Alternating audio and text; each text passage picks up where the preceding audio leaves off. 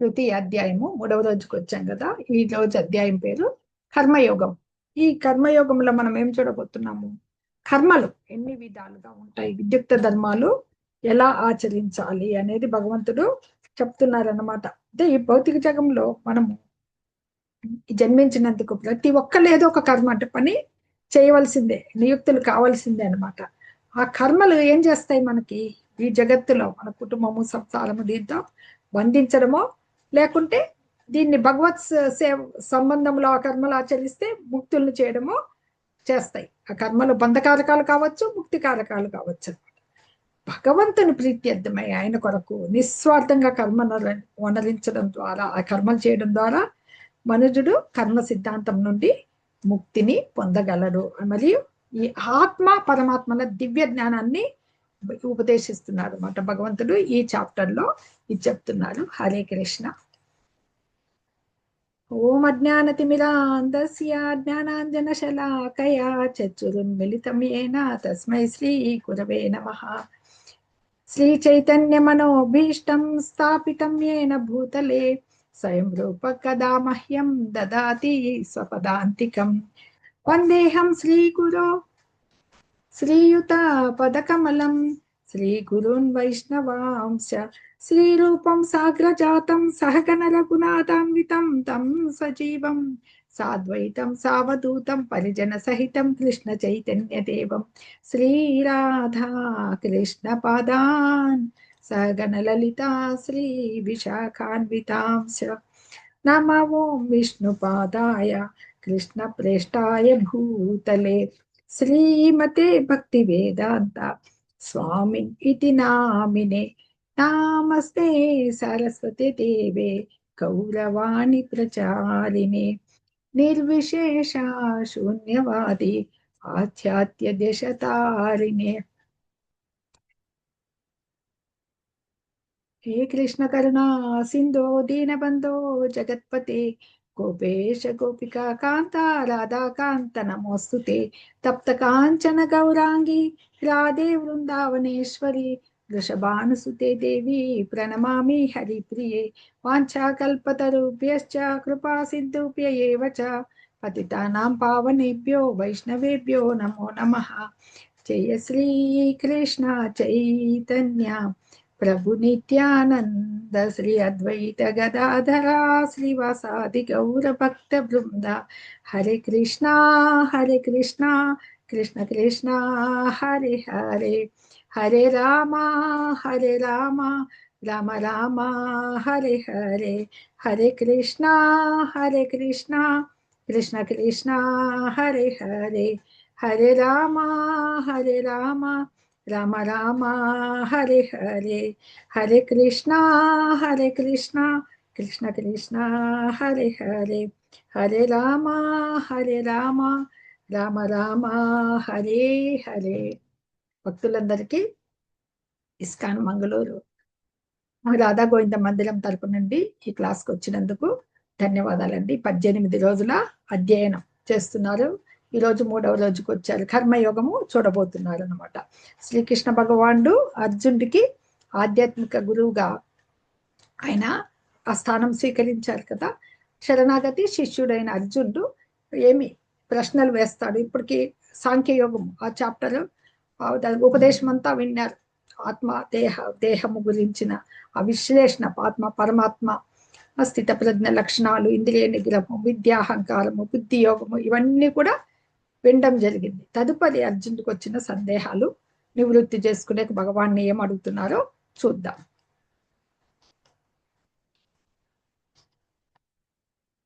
కృష్ణ అర్జునుని అస్పష్టత, సందిగ్ధంలో ఉన్నాడు కదా. అర్జున ఉవాచ జ్యాయసి చేత్ కర్మణస్తే మతా బుద్ధిర్జనార్దన తత్కిం కర్మని ఘోరే మాం నియోజయసి కేశవ.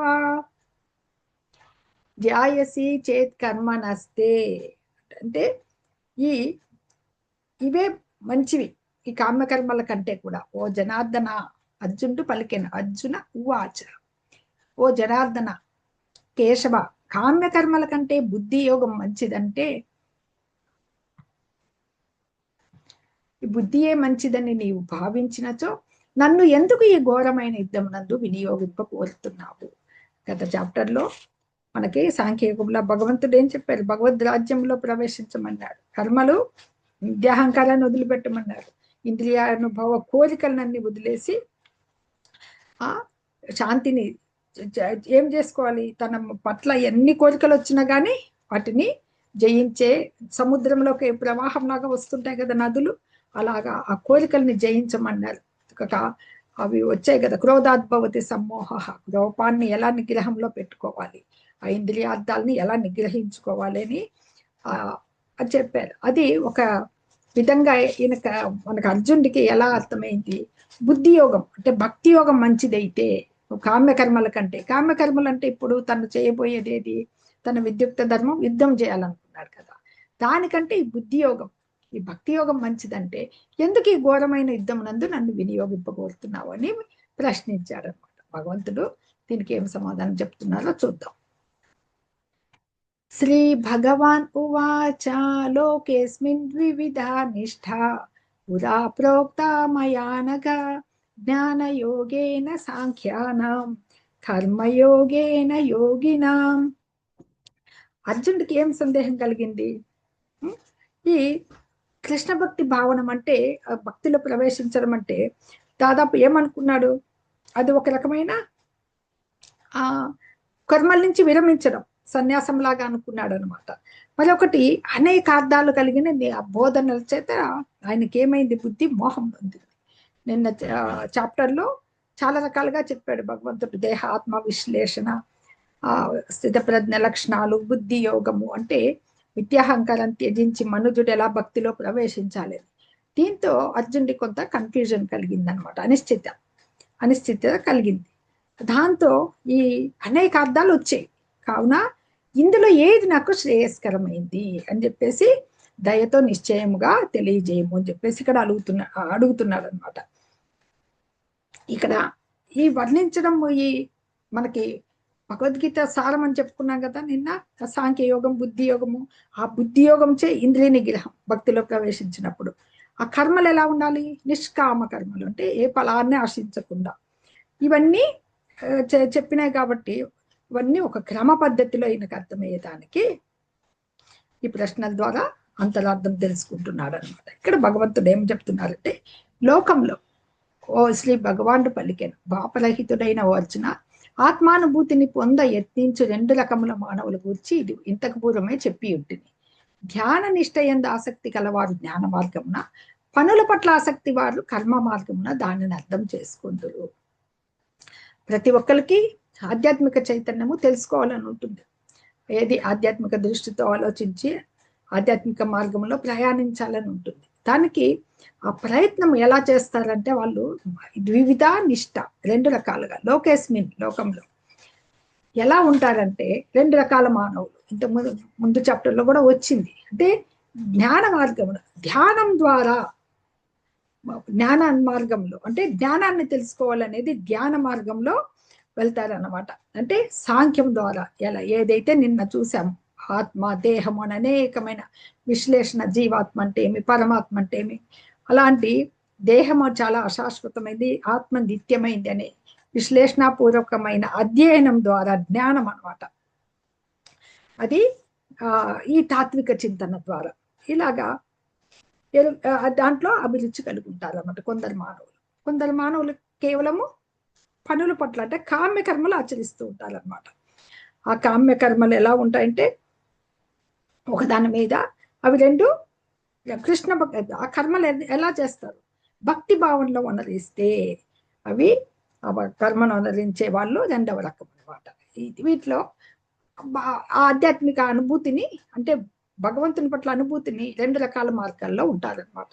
ఒకటి విశ్లేషణపూర్వకమైన జ్ఞాన మార్గం, సాంఖ్యయోగం అంటాము. రెండవది ఈ మనుజులు కామ్యకర్మలు చేస్తూనే భగవతత్వాన్ని అర్థం చేసుకునే మార్గం అన్నమాట. ఈ రకంగా ఉంటారు అని, రెండు విధాలుగా ఉంటారని చెప్తున్నారు.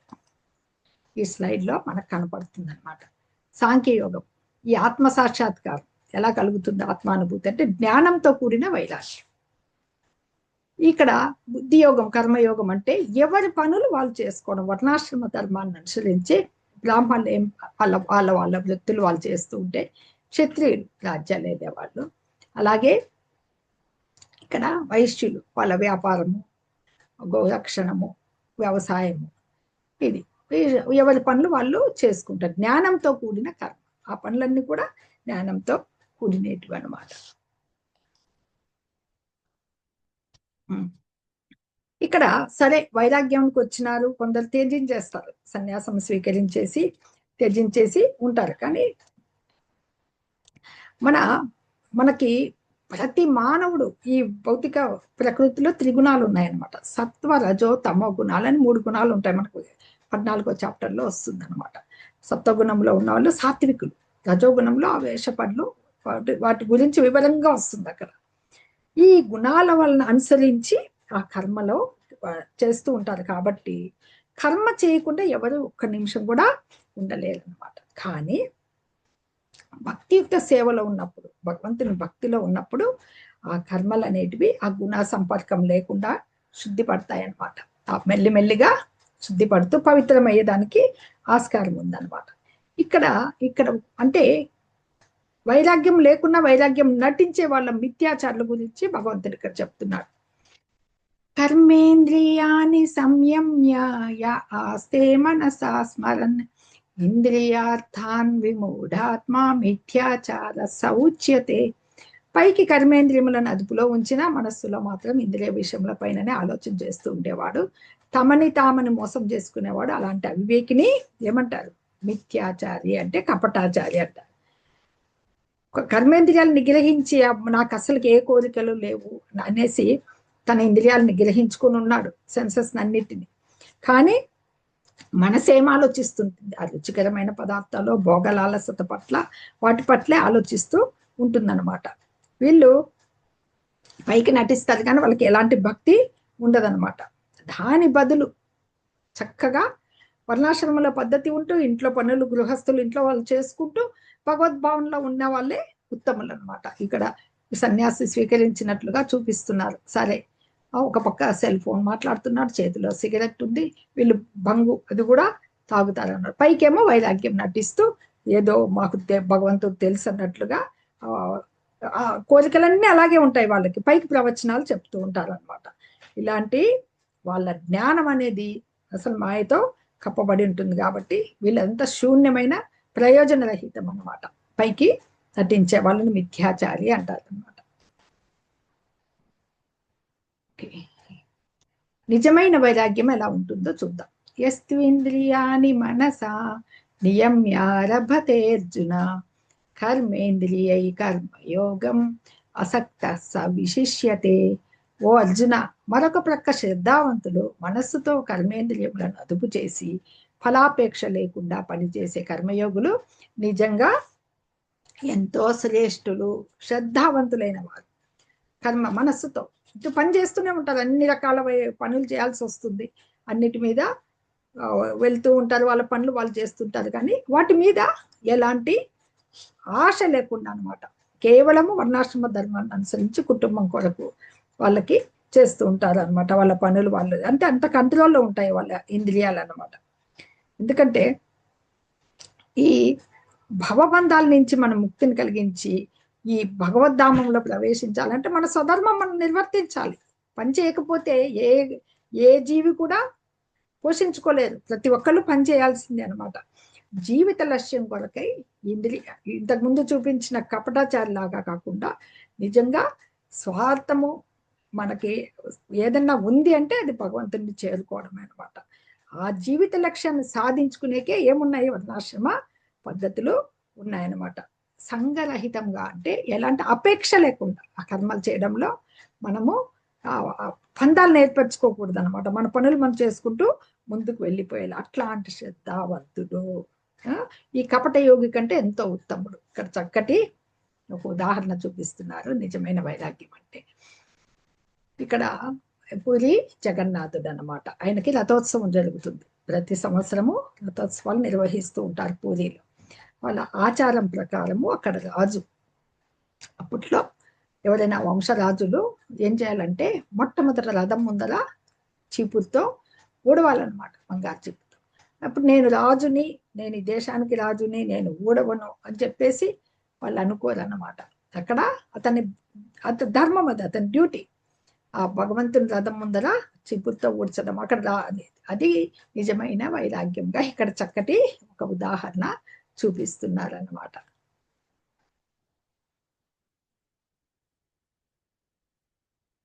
నియతం కురు కర్మత్వం కర్మ జ్యాయో హ్యకర్మణః శరీరయాత్రాపి చ తేన ప్రసిద్ధ్యేద కర్మణః. నీ కర్తవ్య కర్మ నీవు ఆచరించవలసిందే. ఎందుకంటే కర్మలు విడిచిపట్ట కంటే చేయడమే ఉత్తమమైనది. కర్మలు చేయకుండా మనిషి జీవనయాత్ర సాగింపలేడు. మేము భక్తిలో ఉంటాం, మేము పని చేయము అంటే ఇంట్లో మనుగడ కష్టం. జీవనంలో ప్రతి ఒక్కళ్ళు పని చేయాల్సింది. ఇక్కడ అర్జునుడు ఏ స్టేజ్ లో ఉన్నాడు? గృహస్థుడు కూడా. వర్ణాశ్రమ ధర్మం ప్రకారం అతను వివాహం అయింది, గృహస్థుడు, బాధ్యతలు ఉన్నాయి, క్షత్రియుడు. కాబట్టి ధన స్థానం అందే నిలిచి గృహస్థుడైన క్షత్రియునికి ఏ ధర్మం అయితే నియమింపబడిందో అది చేయాలన్నమాట. అట్లాంటి కర్మలు ఏం చేస్తాయి? హృదయాన్ని శుభ్రపరిచి భౌతిక కర్మ నుంచి ముక్తిని చేస్తాయన్నమాట. అది అంటే మనకంతా ఈ భౌతిక జగంలో ఎప్పుడు ఇంద్రియ భోగాల్ని అనుభవించాలి. ఒక సంపాదన అంటూ మొదలు పెడితే ఒక చిన్న పిల్లవాడు కానీ ఎవరు కానీ సైకిల్ కావాలన్న రోజు నుంచి మోటార్ సైకిల్ నుంచి కారు నుంచి వాటికి కోరికలు అనేటి ప్రవాహంలో మనుషులు ప్రవేశిస్తూనే ఉంటాయన్నమాట. వాటికి అంతం అనేది ఉండదు. కనుక వాటిని కేవలము మనకి నిష్కామంగా మన కొరకు మాత్రమే, భగవంతుని కొరకు మనము ఫలాపేక్ష లేని విద్యుక్త ధర్మాలు చేయాలని చెప్పేసి. ఎందుకంటే ఇతరులపై ఆధారపడి జీవించే కపట యోగులు ఉంటారు కదా, వాళ్ళు కేవలం యోగంలో ఉండి ఇతరులపై ఆధారపడి జీవిస్తుంటారు. ఎవరన్నా అవి ఇవి దానిల కంటే కూడా ఈ గృహస్థాశ్రమంలో మన కర్మలు మనం చేసుకొని భక్తి భావనలో ఉండడం ఉత్తమమైంది అని చెప్తున్నారు అన్నమాట ఇక్కడ. ఓకే, ఇక్కడ యజ్ఞార్థాత్, యజ్ఞాలు ఎందుకు చేయబడతాయి చెప్తున్నారు అనమాట. యజ్ఞార్థాత్ కర్మణోన్యత్ర లోకోయం కర్మ బంధన తదర్థం కర్మ కౌంతేయ ముక్త సంగ సమాచర. విష్ణువు కొరకు యజ్ఞ రూపంలో చేసే కర్మం చేయాలి, లేనిచో ఆ పనులు ఈ జగత్తులో కర్మబంధాల్లో కట్టిపడేస్తాయి. కనుక కుంతిపుత్రుడా, నీకు నిర్దేశించబడిన విధులను వాటి ఫలితములపై ఆసక్తి లేకుండా విష్ణువు తృప్తి కోసం నిర్వర్తించుము. వేదాల్లో ఏం చెప్పబడిందంటే విష్ణువుని యజ్ఞో వై విష్ణు అని చెప్పబడింది.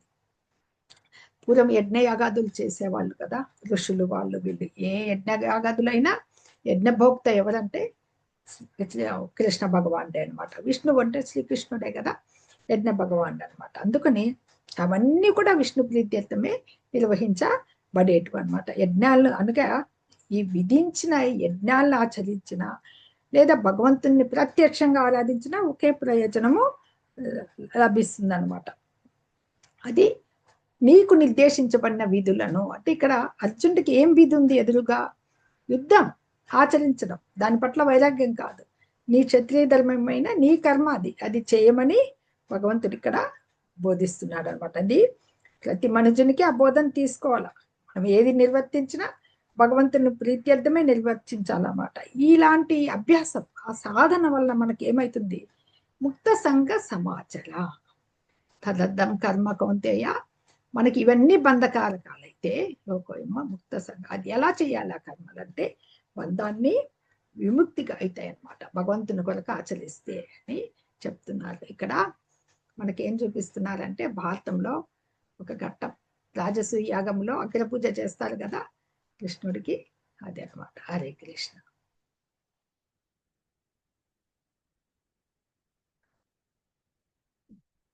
యజ్ఞశిష్టాశినః సంతో ముచ్యంతే సర్వకిల్బిషైః భుజ్యతే తే పాపాయే పచంత్యాత్మకారణాత్. మొదట యజ్ఞములో నివేదించిన ఆహారంనే భుజించే భగవంతుని భక్తులు అన్ని రకాల పాపాల నుండి విముక్తి పొందుతారు. వ్యక్తిగత అవసరాల కోసం ఆహారం తయారు చేసి ఇతరులు నిజానికి పాపాన్ని మాత్రమే తింటారు. ఎందుకంటే యజ్ఞాలు ఆచరించేది దేవతల కొరకైనా, ఇక్కడ మనకి యజ్ఞం అంటే ఏమి? భగవంతుణ్ణి పూజించడమే ఒక యజ్ఞం అన్నమాట. ఇక్కడ మనకి భగవద్భక్తులు, ఈ కృష్ణ భక్తులు, సత్పురుషులైన ఈ భగవద్భక్తులు మనకి ఎప్పుడూ కృష్ణ భక్తిలోనే నిలిచి ఉంటారు కాబట్టి ఆయనకి అర్పించండి తినరన్నమాట. ఏది మనకి ఎందుకు అర్పించాలి? మనకి ఈ భౌతిక జగత్తుని ఇచ్చింది ఎవరు?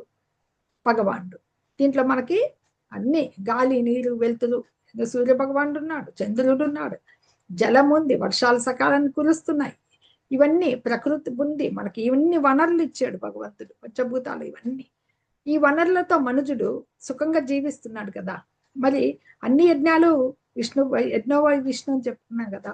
మనం ఇంత ఇస్తున్న భగవంతుడికి నిన్ననే చెప్పుకున్నాం, చెట్టు వేరుకి నీరు పోయాలి కానీ కొమ్మలకి రెమ్మలకి కాదని. ఆ విధంగా భగవానునికి మనం ఏది చేసినా, ఏది భోజనం చేసే ముందర ప్రతి పదార్థం అలానే ప్రతిదీ పెట్టకూడదు.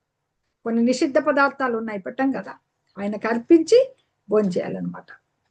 అంటే యజ్ఞాలంటే ఏమి? ఇప్పుడు మనం యజ్ఞం చేస్తున్నామా యజ్ఞం ద్వారా అంటే కాదు. నవవిధ భక్తి మార్గాలు ఉన్నాయన్నమాట. ఇది కలియుగం కదా. మనకి చైతన్య మహాప్రభు హరే కృష్ణ మహామంత్ర జపం చెప్పారు. అలాగే భక్తియుత సేవలో శ్రవణం, కీర్తనం, విష్ణు స్మరణం, అర్చనం, దాస్యం, వందనం, సఖ్యం, ఆత్మ నివేదనం అని 9 రకాల మార్గాలు ఉన్నాయన్నమాట. శ్రవణం అంటే ఇప్పుడు మీరు చేస్తుంది శ్రవణమే. భాగవత శ్రవణం, భగవద్గీత శ్రవణం, భగవంతుని గురించిన ఏ లీలలైనా ఆయన నామ రూప గుణ లీలలన్నీ స్మరించుకోవడము, అది శ్రవణము, చెప్పుకోవడం, కీర్తనము, స్మరణం, పదే పదే ఆయన మననం చేసుకోవడం, స్మరణం, ఇవన్నీ యజ్ఞాలే అనమాట. ఈ రూపకంగా మనము భగవంతుణ్ణి భక్తియుత సేవలో ఆరాధిస్తూ ఉంటాము. మనకి ఇచ్చిన ప్రతిదీ ఏదైతే భగవంతుడు ఇచ్చాడో దాన్ని ఆయనకి అర్పించి మనం స్వీకరిస్తాం. కనుకే ఇప్పుడు అందరు జనులు అంత ఆనందంగా ఉండేదానికి ఉన్న యజ్ఞం ఏది? సంకీర్తన యజ్ఞము. హరే కృష్ణ కృష్ణ కృష్ణ హరే హరే, హరే రామ రామ రామ హరే హరే అనే దీంట్లో నిర్వర్తించాల్సి ఉంటుందన్నమాట. అప్పుడు ప్రపంచంలో సుఖము, శాంతి లభిస్తాయి. నేటి కలియుగానికి అదనమాట. యజ్ఞ చక్రం అదే భగవంతుడికి అర్పించడం అంటే యజ్ఞ చక్రం. ఇక్కడ వేదాల్లో ఏం చెప్పబడిందంటే మన ధర్మం మనం నిర్వర్తించాలి, చేస్తున్నారు. చేయడం వలన యజ్ఞం, ఆ యజ్ఞం ఆచరించడం వాటి వలన దేవతలు సంతుష్టులై మనకు భగవంతుడు వర్షాన్ని ఇస్తాడు, ధాన్యం పండుతుంది, ప్రసాదం. ఆ ధాన్యం నుంచి మనము వండి ఆహారం తీసుకుంటున్నాం, భగవంతుడికి నివేదన అనమాట. ఇది యజ్ఞ చక్రం అని చెప్పి మనకు చెప్తారు. మంచి శ్లోకము చూద్దాం.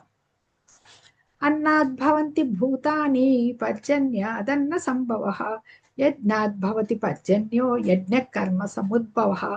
అన్నాద్భవంతి భూతాని, అన్నాత్ అంటే ధాన్యం వలన ఏం పెరుగుతుంది? భవంతి భౌతిక శరీరాలు. ఈ ధాన్యం అంటే ఆహారం తీసుకోవడం వలన మనకి భౌతిక శరీరాలు సరే ఈ తీసుకుంటున్నాయి భూతాలు. పర్జన్యాత్ అన్న సంభవ అంటే ఈ ధాన్యములు ఉత్పత్తి ఎలా వస్తుంది? ఆహారం తీసుకున్నాం, ఎలా వస్తుంది?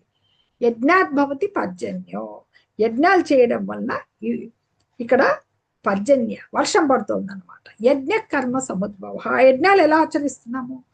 విహిత కర్మల ద్వారా మనుషులు పనులు చేయడం వల్ల చేస్తున్నారు. అంటే భగవంతుని కొరకు యజ్ఞం ఆచరించడం అనమాట. వివిధ దేవతలు ఉన్నారు వాళ్ళకి, వరుణుడు, ఇంద్రుడు, చంద్రుడు, వీళ్ళంతా ఉన్నారు. రకరకాల వర్షం పడ్డము ఇవన్నీ. కానీ ఇప్పుడే చెప్పాం, భగవంతుడి యొక్క చెట్టు మూలానికి నీరు పోయాలి. ఇప్పుడు ఆయన ఒక ప్రైమ్ మినిస్టర్ ఉంటే, ఒక మంత్రి ఉంటే, ఒక ప్రధానమంత్రి దగ్గర అందరు మంత్రులు ఉంటారు కదా. అలాగే దేవతలంతా కూడా వివిధ దేవతలు, ఆయన అంగాలన్నమాట. ఆయన బాడీ అయితే ఆయన అంగాలందరూ వివిధ దేవతలు. అప్పుడు భగవంతునికి సమర్పిస్తే వాళ్ళని కూడా తృప్తిపరిచినట్లే కదా. అది అదనమాట. ఎందుకంటే ఆ విద్యుక్త ధర్మాల నుంచి ఇవి అన్నీ జరిగిపోతూ ఉంటాయి అన్నమాట, రొటేషన్లో అనమాట. కాబట్టి మనకి ఈ యుగానికి యజ్ఞం ఏది అంటే సంకీర్తన యజ్ఞము అని ఇక్కడ చెప్పబడుతుంది అన్నమాట.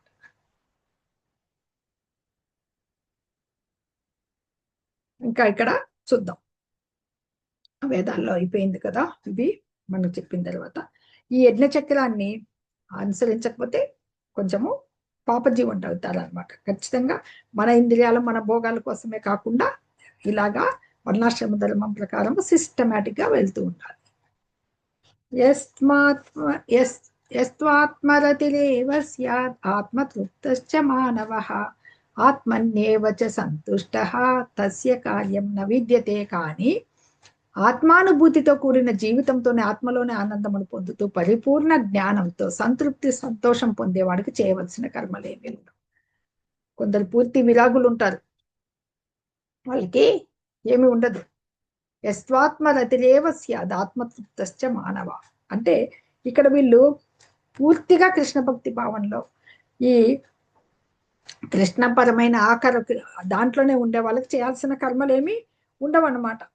ఆ హృదయం కూడా అతనికి ఆ కలుషితం నుంచి దూరం అయిపోయి ఉంటుంది. నిరంతర భగవన్ నామ స్మరణ వలన దాని నుంచి శుద్ధి పడినప్పుడు ఏమైతుంది, ఆ మనస్సు పవిత్రమైపోయినప్పుడు భగవంతునితో సంబంధం తెలుస్తుంది. కాబట్టి అతను ఏం చేయాలనేది నిర్దేశమితవుతుంది అనమాట, హృదయం నుండే తెలిసిపోతుంది అనమాట. ఆత్మతృప్తి పూర్తిగా కలిగిన వాడు అనమాట.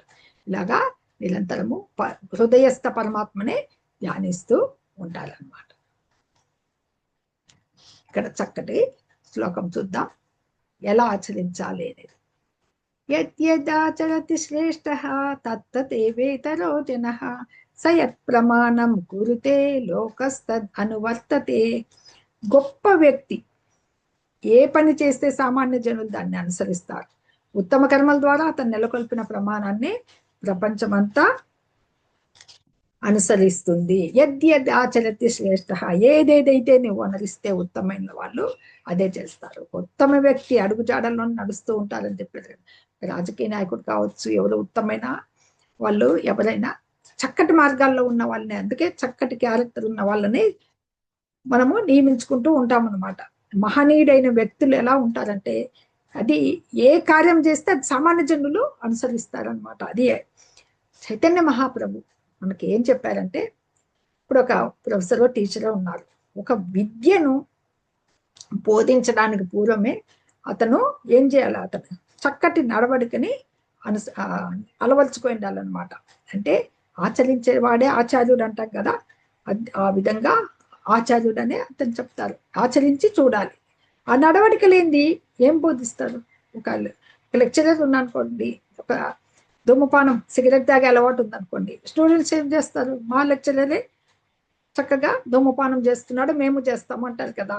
అందుకని చక్కటి నడవడిక ఉన్న వాళ్ళే ఉండాలన్నమాట. అలాగే వాళ్ళకి ఆచార్యులు ఇలా ఉండాలి, శాస్త్ర నియమాలు అన్నీ తెలిసి ఉండాలన్నమాట. వాళ్ళకి ధర్మాలు తెలిసి ఉండాలి. అలా తెలియకపోతే దానికి విరుద్ధమైనటివేవి తయారు చేయకూడదు అనమాట అసలు వాళ్ళకి. ఎందుకంటే నాయకులైన వాళ్ళ బోధలు ఆ శాస్త్ర నియమాలపై ఆధారపడి ఉండాలి, ఏదంటే అది బోధించరాదనమాట. ఎందుకంటే వాళ్ళు మహాభక్తుల మార్గం ఎప్పటికీ అనుసరణీయమే. భక్తిలో మనకి పురోగతికి ఆధ్యాత్మిక చైతన్యంలో ఉన్న వాళ్ళకి ఎవరిని ఆచర్యంగా తీసుకోవాలి? ఇప్పుడు ఈ స్పిరిచువల్ వరల్డ్ లో ప్రవేశించాలి, మేము ఒక భక్తి కావాలనుకున్న వాళ్ళు మహాభక్తుల్ని ఉన్నారు కదా. భక్తులంతా ఎంతో మంది భక్తులు ఉన్నారు. నారదుడు కావచ్చు, ధ్రువుడు కావచ్చు, ప్రహ్లాదుడు, మనకు భాగవతం తిరగేస్తే మహానుభక్తులు, మహానుభావులు భక్తులంతా ఉన్నారు. పాండవులు భక్తులు, అర్జునుడు భక్తులు.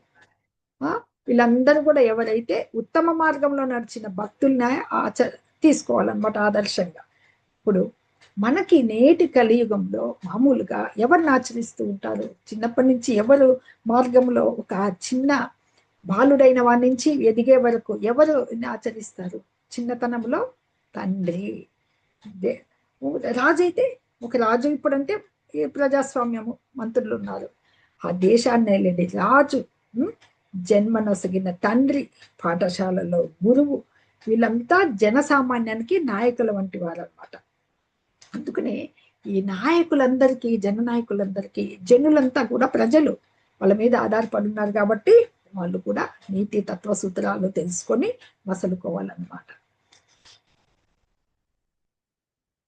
ఒక ఆఫీస్లో ఎలా ఉంటారని చూపిస్తున్నారు, లీడర్ ఫాలోవర్స్ ఎలా ఉంటారు.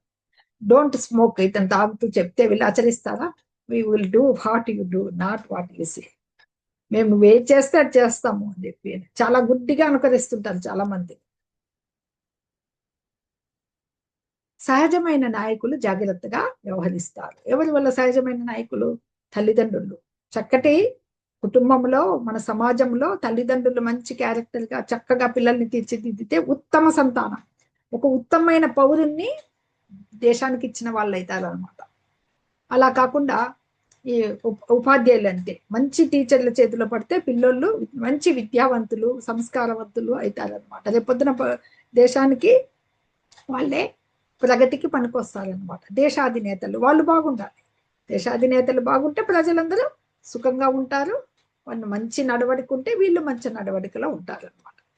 కాబట్టి మీ నాయకుడిని జాగ్రత్తగా ఎంచుకోండి. మన శ్రీల ప్రభుపాదుల వారు ఆచరించిన మార్గం, చైతన్య మహాప్రభు మహాభక్తులు ఆయన చూపించిన మార్గం హరే కృష్ణ మహామంత్రం జపం, మనకి ప్రభుపాదుల వారు చక్కటి భక్తి మార్గాన్ని హరే కృష్ణ మహామంత్ర జపము ఇస్కాన్ స్థాపనలో మనకి ఈ ఆధ్యాత్మిక చైతన్యాన్ని కృష్ణ చైతన్యం ద్వారా మనకి కలగజేస్తున్నారన్నమాట, కలగజేశారు. ప్రభుపాదుల వంటి విశ్వసనీయమైన భక్తులను లేదా వేదాల్లో తెలిపినటువంటి వ్యక్తుల్ని ఎంచుకోవాలన్నమాట. మనకి నాయకుడిని ఎలా ఎంచుకోవాలి. నెక్స్ట్ శ్లోకంలో ఏముందో చూద్దాం.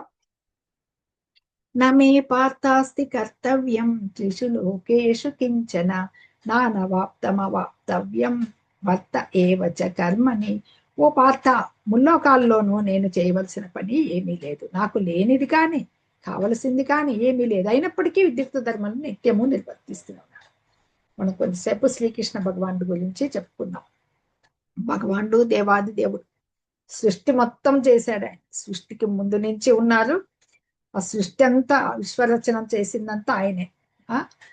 ఆయనకి ప్రతి యుగంలో ధర్మం తప్పినప్పుడు ఆయన వస్తూ ఉంటారు కదా. అది ఈ ముల్లాకాలు సృష్టించడము, భౌతిక జగత్తు జీవులకు ఇవ్వడము, మనం ఇక్కడికి రావడము, ఇదంతా మన పనులు.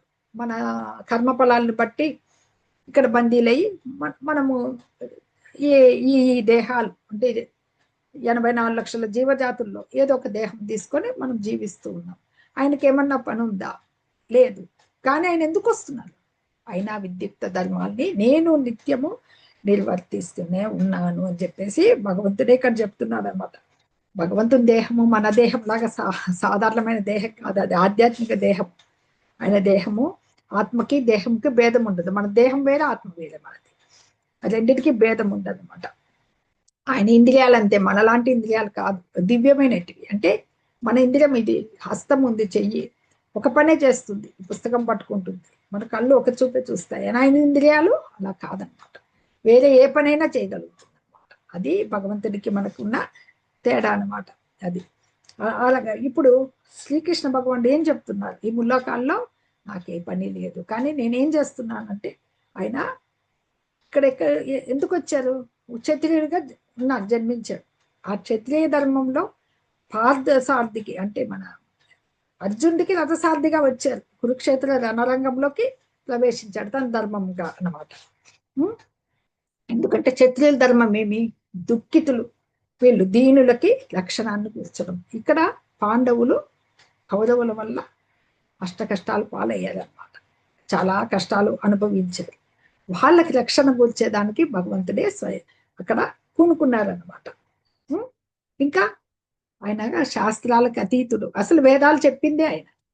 వేదాలు ఆయన నుంచే వెలువడ్డాయి. మొట్టమొదట బ్రహ్మకు బోధించారు అనమాట. కానీ తాను మన కృష్ణ అవతారంలో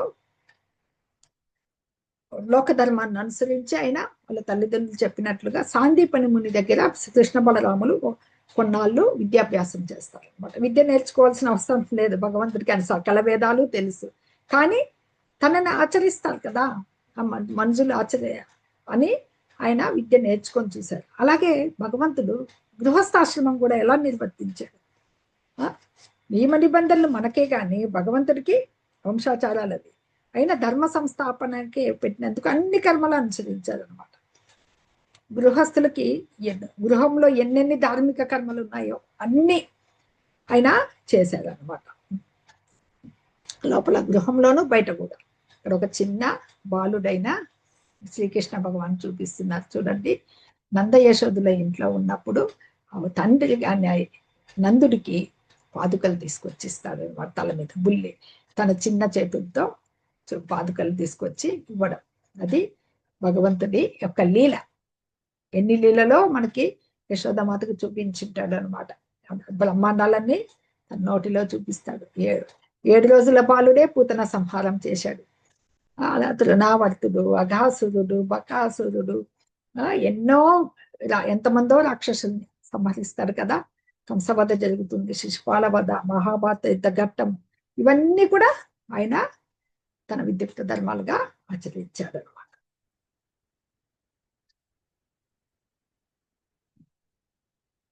ప్రకృతే క్రియమాణాని గుణై కర్మాణి సర్వశః అహంకార విమూఢాత్మ కర్తాహమితి మన్యతే. నిజానికి అన్ని కార్యములు కూడా ప్రకృతి త్రిగుణముల చేతనే చేయబడును. కానీ జీవాత్మ మిథ్యాహంకారంతో కర్మలను తానే చేస్తున్నాడు అని తెలుస్తాడు. మనకి ప్రతి మనుషుడికి అహంకారము ఉంటుంది, కానీ మిథ్యాహంకారం అనేది అంటే ఏదైనా ఆచరిస్తూ ఏదైనా ఒక ఫలితం వచ్చింది అనుకోండి, కర్మ నుంచి బాగా జీవితంలో ఎదిగాడనుకోండి, నేనే చేస్తున్నాను అన్ని. కానీ ఈ కార్యాలన్నీ ఎవరు చేపిస్తున్నారు? ప్రకృతి త్రిగుణాలు, సత్వ రజో తమో గుణాలు. తమోగుణం అధమమైంది, రజోగుణం మధ్యస్థం, సత్వగుణం సాత్వికమైంది. బ్రాహ్మణులు ఉంటారు దాంట్లో. దీంట్లో ఈయన ఏమనుకుంటున్నాడు ఇక్కడ, ఆ మిథ్యాహంకారం ఏం చేస్తుంది? అతన్ని మాయతో కప్పుపడడం వల్ల ఏది సాధించినా జీవితంలో నేనే చేశాను, ఆ నేను అనే భావన నుంచే అదే మిథ్యాహంకారం అనబడుతుంది అనమాట. అలా ఎలా ఉంటుంది? భక్తుడికి అది ఉండదు. అది నాకు భగవంతుడు ఇచ్చాడు ఇది అనే తృప్తి ఉంటుంది. ఈ దేహము దేంతో సృష్టించబడ్డం ప్రకృతిచే అనుకున్నాం కదా. కానీ ఇదే ప్రకృతి భగవంతుని అండలో నడుస్తుంది అనేది మర్చిపోతాడు అనమాట. ఈ భౌతిక ప్రకృతి భగవంతుని నిర్దేశానుసారమే నడుస్తుంది. లేకుంటే ఈ అన్ని ఆపగలడు, కానీ ఉత్పాతాలు ఆపలేడు కదా. ఒక తుఫాన్లు ఆపగలరా? ఒక భూకంపాలు ఆపగలరా? ఇవన్నీ ఆపలేడు కదా, ఒక కరువులన్నీ. అందుకే భౌతిక ప్రకృతి భగవంతుని నిర్దేశంలో నడుస్తుంది అనమాట. అందుకని నేను స్వతంత్రుణ్ణి అనే భావనం అనేది అతని అజ్ఞానానికి చిహ్నం అనమాట. అందుకని మనము మన కర్మలన్నీ కూడా భగవంతుని ఆధ్వర్యంలోనే జరగాలి అని ఇక్కడ ఈ శ్లోకం ద్వారా త్రిగుణాలు, సత్వర జ్యోతమ గుణాలకు బందీ అయిన మనుషులు ఎలా నడుచుకుంటారు అని చెప్తున్నారు. సత్వగుణంలో ఉన్న వాళ్ళు జ్ఞానంగా ఉంటారు, జ్ఞానులు. రజోగుణం వాళ్ళు కొద్దిగా ఆవేశపూరితులుగా ఉంటారు, ఎక్కువగా రాజ్యాలు అవి చేస్తూ ఉంటారు. వస్తాయి మనకు 14వ అధ్యాయంలో క్లియర్గా వస్తుంది మీకు. yes, I am always right, don't teach me wrong attitude due to అహంకార. మిథ్యాహంకారం అనేది మనల్ని తప్పు మార్గంలోకి నడిపిస్తుంది అనమాట. అర్జున ఉవాచ అతకేన ప్రయుక్తోయం పాపం చరతి పూరుషః అనిచ్ఛన్నపి వార్ష్ణేయ బలాదివ నియోజతః. అందుకనే భగవంతుడు ముందు ఏం చెప్తారు? అర్జున, నన్ను గురించిన సంపూర్ణ జ్ఞానం కలవాడివి, ఫలాపేక్ష లేకుండా నువ్వు ఈ మమకారాన్ని వదిలి నీ కర్మలన్నిటినీ నాకు అర్పించి ఈ నిరాసక్తిని వదిలి యుద్ధం చేయని చెప్పినారు కదా. ఇప్పుడు అర్జునుడు అడుగుతున్నాడు అనమాట, ఎందుకు ఈ కర్మలు నిర్వహించి ఈ శ్రద్ధతో ఏమి ఈ ఉపదేశం వినిన తర్వాత రిజల్ట్స్ ఎలా ఉంటాయి అంటే, వీళ్ళు ఎవరు భగవంతుని కోసం పనిచేసే వాళ్ళకి రిజల్ట్స్ ఎలా వస్తాయి, అలా పని చేయకున్న వాళ్ళకి రిజల్ట్స్ ఎలా వస్తాయి? వీళ్ళైతే భగవంతుని ఆజ్ఞానుసారము ఈ కర్మల్లో నిర్వహించు శ్రద్ధతో అనుసరించే వాళ్ళకి, అసూయరహితులే వాళ్ళకి కామ్యకర్మ బంధముల నుండి వాళ్ళకి విముక్తి కలుగుతుంది అనమాట. అదే ఆచరించిన వాళ్ళకైతే అసలు జ్ఞానరహితులు, వాళ్ళు మూఢులు. దాంట్లో ఏదైతే ఆధ్యాత్మిక చైతన్యం రావాలంటే దాంట్లో అసలుకి ప్రవేశించలేరు అనమాట. ఒక మంచి ఆఫీసర్ ఉన్నాడు అనుకోండి, కింద పనిచేసే వాళ్ళకి అహంకారం పడేసి అతనికి అవి అంటే డిసిప్లిన్గా లేకపోయాడు అనుకోండి, అట్లాంటప్పుడు ఏం చేస్తారు? పనిష్మెంట్ ఇస్తారు కదా. ఆ రకంగా భగవంతుని ఆజ్ఞ మేరకి ఈ యొక్క అవిధేయత అంట, అంటే అతను విధేయంగా నడుచుకోడు, తన అదక దానికి శిక్ష తప్పనిసరిగా లభిస్తుంది అనమాట. అందుకు జ్ఞానరహితుల్లో వాళ్ళకి అపూర్ణత్వం రాదనమాట. అది వాళ్ళకి తేడా. భగవంతుణ్ణి పట్ల నిష్కల్మషంగా ఉంటూ నిష్కామ కర్మలు ఆచరించే వాళ్ళు ఒకవైపు అయితే, మిథ్యాహంకారంతో ఆచరించే వాళ్ళు జ్ఞాన శూన్యులు అని చెప్పుకోవచ్చు అనమాట. ఇక్కడ తదుపరి ఏం చెప్తారు, ఏ కర్మ చేసినా గుణాన్ని అనుసరించే దానికి ఇక్కడ చూపిస్తున్నారు అనమాట. ఇవన్నీ ఎలా ఉంటాయి త్రిగుణాల్లో, తమో గుణాలు ఎలా ఉంటాయి? ఎన్వి, అసూయ, ఇగ్నోరెన్స్, అజ్ఞానం, లస్ట్, కామం, గ్రీడ్, దురాశ, యాంగర్, కోపం, ఫాల్స్ ప్రిస్టేజ్, ఈగో, ప్రైడ్, గర్వం, అటాచ్మెంట్, ఇవన్నీ మనుషులకి ఈ తమో గుణంలో ఉండి బంధకారకాలు చేస్తాయన్నమాట. ఇవి ఇక్కడ అర్జున్ అడుగుతున్నారు భగవంతుణ్ణి. ఇష్టం లేకపోయినా మానవుడు దేని బలవంతం వల్ల పాపాలు చేస్తున్నాడు? కొందరు మనకు తెలియకనే పాపాలు జరిగిపోతుంటాయి. అవి ఎలా జరుగుతున్నాయని ఇక్కడ మంచి ప్రశ్న చేస్తున్నారు అనమాట ఎవరు, అర్జునుడు. ఇది అంటే భగవంతుడు దీనికి ఏం జవాబు చెప్తున్నారో చూద్దాం. కామయేష క్రోధయేష శ్రీ భగవాన్ ఉవాచ కామయేష క్రోధయేష రజోగుణ సముద్భవ మహాశనో మహాపాప్మా విద్యేన వైరినం. రజోగుణము కలిగి, అది రజోగుణం అనేది మధ్యస్థమైంది అనమాట. సత్వగుణము సాత్వికమైంది చెప్పుకున్నాం కదా. ఆ రజోగుణం వలన ఇవి జరుగుతుంటాయి. కోపం అనేది ఎలాగ, కామయేష అది కేవలము అర్జున కామమే, అది రజోగుణం వల్ల కలిగి తర్వాత క్రోధంగా పరిణమిస్తుంది. ఇదే ఈ ప్రపంచము కబలించే పాపమయ శత్రువు.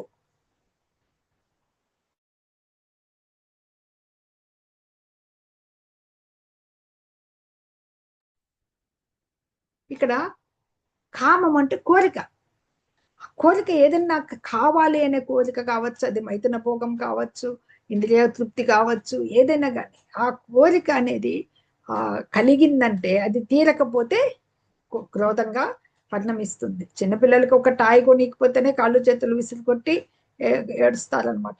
అట్లాగే మనుషులకి ఈ కామం అంటే ప్రతి మనిషిలోనూ చైతన్యం వచ్చితేనే మనుషులకి అసలుకి సహజంగా ఉండేది ఏదంటే వాళ్ళ కామం అనేది, కోరిక అనేది భగవత్ ప్రేమ. అది ఏమైతుంది, ఈ రజోగుణం మనలో ప్రవేశించినందుకు అదే ఇంద్రియ భోగంగా మారిపోతుంది అనమాట. అది ఎప్పుడైతే తృప్తి చెందలేదో మనము, అది కోపంగా మారిపోతుంది అనమాట. ఆ తృప్తి ఉంటే అంటే మనకి శత్రువేది కామము. ఇదే ప్రపంచాన్ని కబలించే పాపమయ శత్రువు అంటున్నాడు భగవంతుడు అనమాట ఇక్కడ. అది కాబట్టి అవన్నీ భోగాలు ఎంత అనుభవించినా ఆఖరికి ఒక రోజు మనుషుడు ఆలోచించడం మొదలు పెడతాడనమాట. ఏమని, మేమేమి, మా నిజస్థితి ఏమి, మేము ఎక్కడి నుంచి వచ్చాము, భగవంతుని బిడ్డలము. అది మనకి జిజ్ఞాస అనమాట.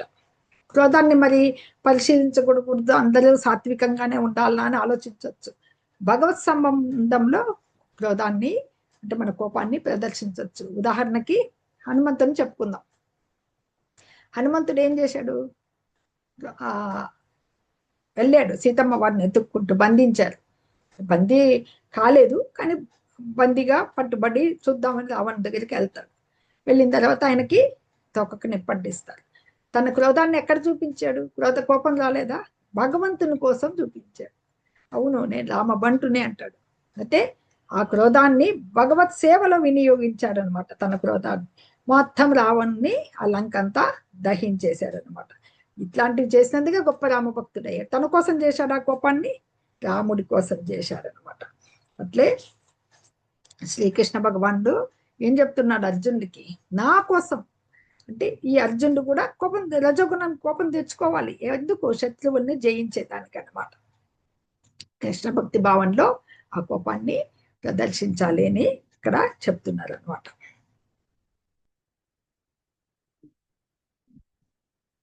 ఇంకా ఈ కామం గురించి చూద్దాం. తదుపరి ఎలా ఉంటుందంటే, ఇప్పుడు ఆ కామము అనేది మనిషికి నిత్య వైర్యం చెప్పుకున్నాం కదా, గొప్ప శత్రువు. అది ఎప్పుడు జీవుడికి జ్ఞానం ఉంటుంది కానీ అతని జీవ చైతన్యం ఎప్పుడు ఈ కామంతో కప్పబడి ఉందనుకోండి, అప్పుడు తృప్తి అనేది లేదు, జీవితంలో పతన మార్గానికి వెళ్ళిపోతాడు అనమాట. కాబట్టి ఆ నామమాత్ర సుఖాలకి ఎప్పుడు దూరంగా ఉండాలన్నమాట. అది ఇక్కడ తదుపరి శ్లోకంలో ఏం చెప్తున్నారో చూద్దాం. ధూమేనావ్రియతే వన్హిః యథా దర్శో మలేన చ యతోల్బేనావృతో గర్భః తథా తేనేదమావృతం. పొగ చేత అగ్ని, మురికి చేత అద్దము, మావి చేత గర్భంలోని శిశువు కప్పివేసినట్లు జీవుడి ఆత్మజ్ఞానాన్ని ఈ కామము, కోరిక ఆవరించి ఉంటుంది. ఆ కోరికలు పోలికలు చెప్తున్నారనమాట. ప్రతి ఒక్కరికి ఎలా ఆవరించబడి ఉంటుంది. ఇప్పుడు పొగ, ఒక అగ్నికి ముందు అక్కడ అగ్ని ఉందని మనకి ఎలా తెలుస్తుంది? పొగ వస్తేనే కదా తెలిసేది. అది అది మనుషులకి వర్తిస్తుంది అనమాట. అంటే అతనిలో శుద్ధ చైతన్యం ఉంది, అగ్ని అనేది. ఆ పొగ వెళ్ళిపోయి కొంచెంగా మా గాలి తగిలింది అనుకోండి, చైతన్యం వచ్చేస్తుంది. అంటే ఈ కామాన్ని మనుషుడు జయించుకోవచ్చు అనమాట. ఇట్లా వివిధ రూపాల్లో మరుగుపరిచే ఇవి 3 ఆవరణలు అని చెప్తారు అనమాట. 3 ఏవి? పొగ చేత అగ్ని, మురికి చేత అద్దము, మావి చేత గర్భంలోని శిశువు కప్పివేసినట్లు. ఈ జీవుడు ఆత్మజ్ఞానాన్ని, ప్రతి ఒక్కళ్ళ ఆత్మజ్ఞానం ఉంటుంది. ఈ కామం అనే దాన్ని ఇక్కడ పోలుస్తున్నారు అనమాట. ఈ కామము ఎలా ఆవరించుంటుందనే 3 లేయర్స్ అనమాట. కృష్ణ భక్తి భావంలో ఉంటే ఈ మెల్లిగానే అనేది వచ్చింది అనుకోండి, ఈ పొగ మెల్లిమెల్లిగా పోయి అగ్ని, మనలో ఉండే చైతన్యం బయటకు వస్తుంది అనమాట. అలాగే దాన్ని భక్తి భావన మహామంత్ర జపం కావచ్చు, ఏదన్నా కావచ్చు, మనకు మెయిన్ హరినామ సంకీర్తన ద్వారానే మన ఆ పొగని మనము పోగొట్టుకోవచ్చు అనమాట. ఆ ధూమాన్ని పోగొట్టుకుని మనలో ఉన్న చైతన్యాన్ని రగిల్చుకోవచ్చు అనమాట. ఇది ఎవరికి వర్తిస్తుంది అంటే మురికి చేత అద్దము అనేది పశుపత్యాదులకి వర్తిస్తుంది అనమాట. ఎందుకంటే అద్దం ఉంటుంది, మురికి ఉంటుంది, అది తుడిస్తే పోతుంది. అవి పశువులు, జంతువులు ఏం చేస్తాయి? కనీసము చలనం ఉంటుంది వాళ్ళకి, ఒక పక్క నుంచి ఇంకో పక్కకి వెళ్ళగలుగుతాయి వాటికి. అందుకని దాన్ని మార్చుకొని తదుపరి జన్మలో అయినా వాళ్ళకు ఉత్తమమైనది రావచ్చు అనమాట. అంటే ఇక్కడ ముఖ్యమైనది ఇదేమి? మావి చేత గర్భంలోని శిశువు వృక్షాలకి, చెట్లు చేమలకు వర్తిస్తాయన్నమాట. గర్భస్థ శిశువు గర్భంలోనే ఉంటాడు, కదులుతాడా? మెదులుతూ ఉంటారని తెలుస్తుంది, కానీ ఎక్కడికి పోలేడు, ఆ గర్భంలోనే ఉండాలి. చెట్టు అంతే, పొడుగ్గా పెరిగి ఉంటుంది. గాలి వస్తే భరించాల్సిందే, వర్షం వస్తే భరించాల్సిందే, ఈదురుగాలికి పడిపోవాల్సిందే తప్ప ఎవరన్నా చెట్టు కొట్టేస్తున్నా ప్రతిఘటించలేదన్నమాట. నీరు పోయకుండా ఎండిపోతున్నా నాకు నీరు పోయింది అని అడగలేదన్నమాట. గర్భస్థ శిశువు కదలక మెదలక ఉన్నట్లుగా అనమాట. అది దేనికి ఉదాహరణ చెప్తున్నారంటే తీవ్రమైన కామం వృక్షాలు కానీ అత్యధిక కామాన్ని ప్రదర్శిస్తే వృక్షములుగా పుట్టారనే దానికి ఒక మంచి కృష్ణావతారంలో ఒక చక్కటి ద్వాపర యుగంలోని కథ చెప్పుకోవచ్చు అనమాట. మీకు అందరికీ తెలుసు, వినే ఉంటారు. ఇది యశోదమాతకి బాలకృష్ణుడు కొద్దిగా అల్లరి చేస్తున్నాడని రోటికి కట్టేస్తుంది కదా, చక్కెరోలికి కట్టేసినప్పుడు ఏం చేస్తాడు భగవంతుడు? ఆ చక్కెరోల్ని, దామోదర్ లీల అది. దమము అంటే తాడు, ఉదరం అంటే పొట్టకు కట్టేసింది కాబట్టి ఆయనకి దామోదర్ అనే పేరు వచ్చింది. యశోదమాత అలా కట్టినప్పుడు ఆ రోలుని, ఆ చక్క రోల్ని ఇడ్చుకుంటూ ఆయన తోగాడుకుంటూ వెళ్ళి వాళ్ళ ఆవరణలోనే ఉన్న 2 మద్ది చెట్ల మధ్య నుంచి వెళ్తాడు. ఎందుకంటే భగవంతుని లీలది. వాళ్ళు ఆ మద్ది చెట్లు కూలిపోవడంతో వాళ్ళకి శాప విముక్తి అవుతుంది. ఎవరు? 2 గంధర్వులు, వాళ్ళు కుబేరుని పుత్రులు, మణిగ్రీవుడు, ఇంకొకడు మణిగ్రీవుడు నలకుబడ్డు మణిగ్రీవుడు అని 2 గంధర్వులు. వాళ్ళు అధిక కామాన్ని, గంధర్వులు కాదు వాళ్ళిద్దరు, ఇలా కుబేరుని పుత్రులు. వాళ్ళకి అధిక కామాన్ని ప్రదర్శించడం అంటే ఒకసారి నారదుని చేత శాపాన్ని పొందింటారనమాట. నారదుడు శపించింటాడు చెట్లుగా పుట్టమని చెప్పి. అది వాళ్ళకి వరమే అయింది. ఎందుకు? సాక్షాత్ భగవత్ స్పర్శత వాళ్ళకి శాప విమోచనం కలిగింది అనమాట. అందుకని కదలక మెదలక అన్ని సంవత్సరాలు ఉంటారనమాట శాప విమోచనానికి. అందుకే ఈ ఉపమానాలు 3 చెప్తున్నారు. ఇది మనుజులకి, ఈ మురికి చేత అద్దము పశు పక్ష్యాదులకి, ఇది మావి చేత గర్భంలో శిశువు వృక్షాలకి, ఇది చెట్లు, ఇది మన పక్షులు జంతువులకి చెప్పినట్లుగా మన ఆత్మ జ్ఞానాన్ని ఈ కామము అంటే ఈ కోరిక అనేది ఆవరించి ఉంటుంది అని చెప్తున్నారు అనమాట. ఇంద్రియాణి మనోబుద్ధి రస్య ఇంద్రియాణి మనోబుద్ధి అస్యాధిష్టానం ఉచ్యతే ఏతైర్విమోహయత్యేష జ్ఞానం ఆవృత్య దేహినం. ఈ కామానికి సరే, ఈ కామం ఉండే ప్లేసెస్ ఏవి? ఇంద్రియాలు, మనస్సు, బుద్ధి ఆశ్రయాలని చెప్తారు. అది వీటి ద్వారా జ్ఞానాన్ని ఆవరించి దేహదారులకు మోహం కలగజేస్తున్నాయి.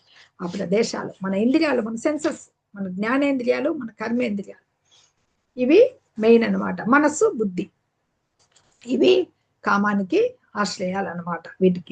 వీటి ద్వారా అంటే వీటి ద్వారా మన మెయిన్ ఇవి జ్ఞానేంద్రియాలు. ఏది చూసినా మన జిహ్వ రుచికరమైన పదార్థాలు, మన చెవులు అంతే, అలాగే నాసిక, మన కండ్లు, ఇవి మన ఇంద్రియాలు. ఈ కోరికల పట్ల మన ఇంద్రియాలు ఎట్లా పరుగు పెడతాయి? మన మనస్సు వాటి వైపు పరుగు పెడుతుంది. కాబట్టి బుద్ధికి ఎంత కంట్రోల్ చేసినా మనస్సు మాట వినదన్నమాట. అందుకని మనలో ఉన్న జ్ఞానాన్ని ఈ కామము అనేది కప్పివేయటానికి కారణము ఈ మూడు ఆ కామం ఉండే ప్లేసెస్ అన్నమాట. అవి వీటి ద్వారా జ్ఞానాన్ని ఆవరించి మన నిజ జ్ఞానాన్ని, లొకేషన్స్ అనమాట. ఇవి 3 లొకేషన్స్ ఆఫ్ లస్ట్, ఇవి 3 అనమాట. ఈ ముఖ్య స్థానాలకి ఈ శత్రువు ఆక్రమించి ఉన్నాడు. కాబట్టి ఇది మనము ఈ దేహము వాటికి భ్రాంతికి గురి అవుతుంటుంది. దీన్ని చక్కగా ఇక్కడ చెప్తారు, చూడండి, ఒకటి చూపిస్తాము. దానికి రెమెడీ ఏం చేయాలి? దానికంటే తస్మాత్వమింద్రియాణ్యాదౌ నియమ్య భరతర్షభ పాప్మానం ప్రజహ్యేనం జ్ఞాన విజ్ఞాన నాశనం. తస్మాత్ అందుచే త్వం నీవు ఇంద్రియాణ్యాదౌ ఈ ఇంద్రియాలను ఆదౌ మొట్టమొదటే నియమ్య భరతర్షభ వాటిని నియంత్రించు అని. పాప్మానం అంటే ఈ గొప్ప పాప చిహ్నమైన ఈ ప్రజహి వాటిని నిరోధించు. ఈ జ్ఞాన విజ్ఞాన నాశనం, ఈ మన జ్ఞాన విజ్ఞానాన్ని అంతటిని నాశనం చేసే.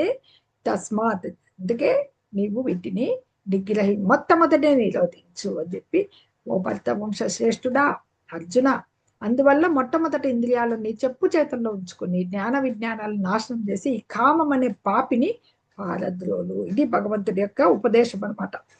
మనకు గొప్ప ఆత్మకు సంబంధించిన ఆత్మజ్ఞానం అంతా నిన్న తెలుసుకున్నాం కదా. ఆత్మజ్ఞానం పొందడం వల్ల తర్వాత తదుపరి మనం ఏంటి? ఆత్మానుభవ మార్గంలో ప్రవేశించడం, అంటే భక్తిలో ప్రవేశించడం. ఇవంతా నశింపజేసేదే ఈ కామం అనమాట. ఇది మనకి ఏమైతుంది? మనుజుడికి శత్రువు. ఈ శత్రువుని మనము నిరోధించాలంటే మొట్టమొదటి ఇంద్రియాలని నిగ్రహించుకోవాలన్నమాట. దాని కొరకు మనం చేయాల్సిన పని మనకి భగవత్ భక్తి, భగవత్ ప్రేమ. కాబట్టి కృష్ణ భక్తి రస భావనలో ఉన్నప్పుడే మనకి భగవత్ ప్రేమగా మారుతుంది ఈ కామం అనేది. భగవత్ ప్రేమ తిరిగి మనకి కామంగా పతనం చెందితే మళ్ళీ రాలేము. కాబట్టి మనం ఏ క్షణంనైనా మన జీవితం లక్ష్యం తెలిసిన వెంటనే మనకి కృష్ణ భక్తి భావనలో ప్రవేశించి ఇంద్రియాలను అదుపు చేసి మన కృష్ణ ప్రేమగా మార్చుకోవాలన్నమాట. ఇంద్రియాన్ని ఇక్కడ ఇంద్రియాలు ఎలా పనిచేస్తాయి చూద్దాం. ఇక్కడ చూడండి, చక్కగా ఈ ఇమేజ్ లో చూపిస్తున్నారు అనమాట.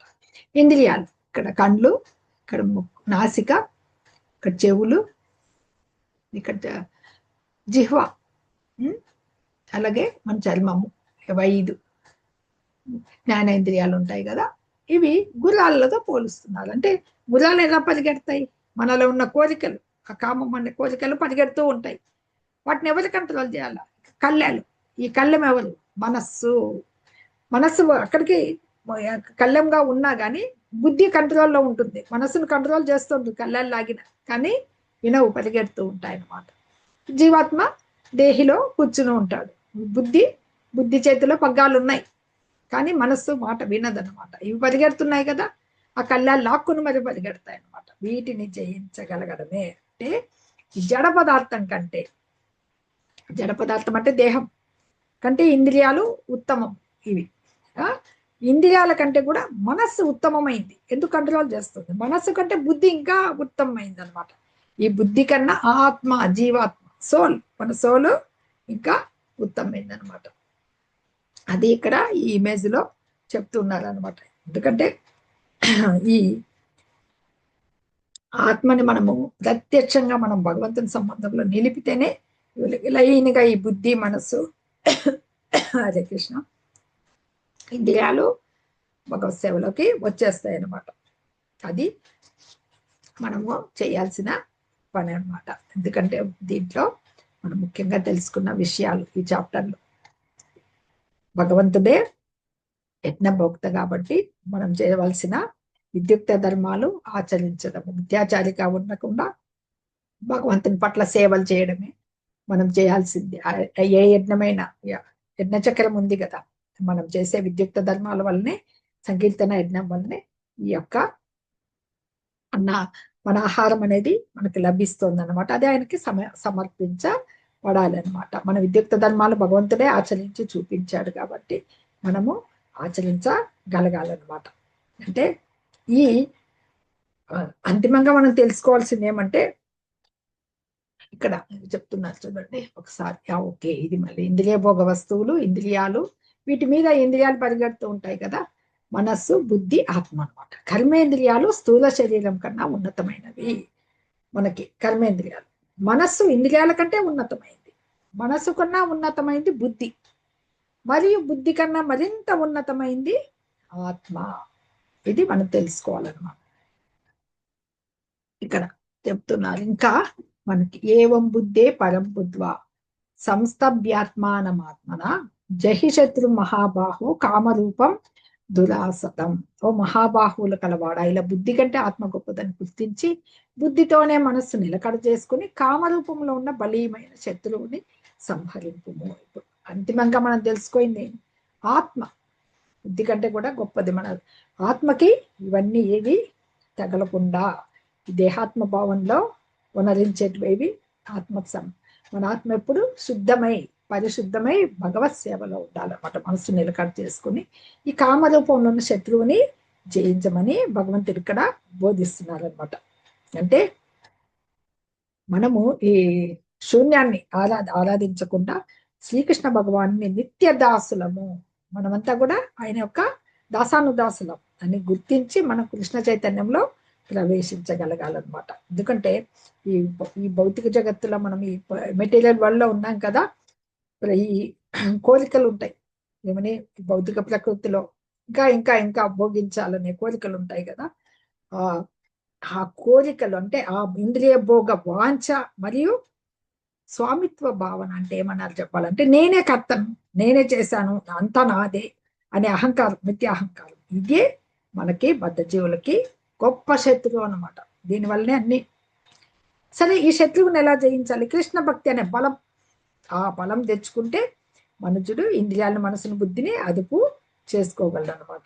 అంటే మనం చేసే కర్మల్ని సడన్ గా మనం మానుకోక్కర్లేదు. కర్మలు చేయకపోతే మనం ఉండలేము. విద్యుక్త ధర్మాలు మనం ఆచరించాల్సింది. ఎవ్వరూ హఠాత్తుగా మనం త్యజించాల్సిన పని లేదు. మెల్లి మెల్లి మెల్లి మెల్లిగా అంచెలుగా ఎవరిని కూడా వాళ్ళు విద్యుక్త ధర్మాలు ఆచరించే వాళ్ళు మనం కలత పెట్టకూడదు. వాళ్ళ కొద్దిగా ఏ మనిషికి ఎలాంటి ఏవి ఒక ప్రసక్తి లేకుండా, నీ గుణాలు కానీ, నీ జన్మ కానీ, పుట్టుక కానీ ఏమీ లేకుండా ఎవరికైనా కృష్ణ భక్తి ఆచరించే యోగ్యత ఉందన్నమాట. కొద్దిగా కృష్ణ భక్తి భావన ఉంటే చాలు అనమాట. అది ఎందుకంటే మెల్లిమెల్లిగా దాన్ని వృద్ధిపరచుకుంటే మన మనో ఇంద్రియాలన్నీ కంట్రోల్లోకి వస్తే ఆధ్యాత్మిక స్థితిలోకి వస్తామన్నమాట. అది స్థిర బుద్ధి ద్వారా మనకి ఆ పవిత్రత వస్తుంది, ఆ స్థిర బుద్ధి ద్వారా. ఇదే ఈ కర్మయోగంలో ఈ తృతీయ అధ్యాయం యొక్క సారాంశం అనమాట. ఇది తెలుసుకోవాలి ఇక్కడ ఉన్న. ఖచ్చితంగా ప్రతి మనుజుడు కూడా ఈ యొక్క ఉన్నత బుద్ధి ద్వారా కృష్ణ భక్తి విలాస భావనద్దు మంచి శిక్షణ పొందాల్సి ఉందని ఇక్కడ మనకి భగవంతుని ఉపదేశాల ద్వారా తెలుస్తుంది. అది భోగ వాంఛలు, మనసును ఎలా కంట్రోల్ చేసుకోవాలి, కోరికలను ఎలా జయించాలి, మన శత్రువు ఏంటి, కర్మయోగం ద్వారా విద్యుక్త ధర్మాలు ఎలా నిర్వర్తించాలి అని చెప్పేసి ఇక్కడ భగవంతుడు అర్జునుడికి బోధించడంతో ఈ 3వ చాప్టర్ ముగుస్తోంది. హరే కృష్ణ. రేపు దివ్య జ్ఞానం, భగవద్గీత యొక్క పూర్వ చరిత్ర జ్ఞానము జ్ఞానయోగం ద్వారా చూడబోతాం అన్నమాట. హరే కృష్ణ. హరే కృష్ణ.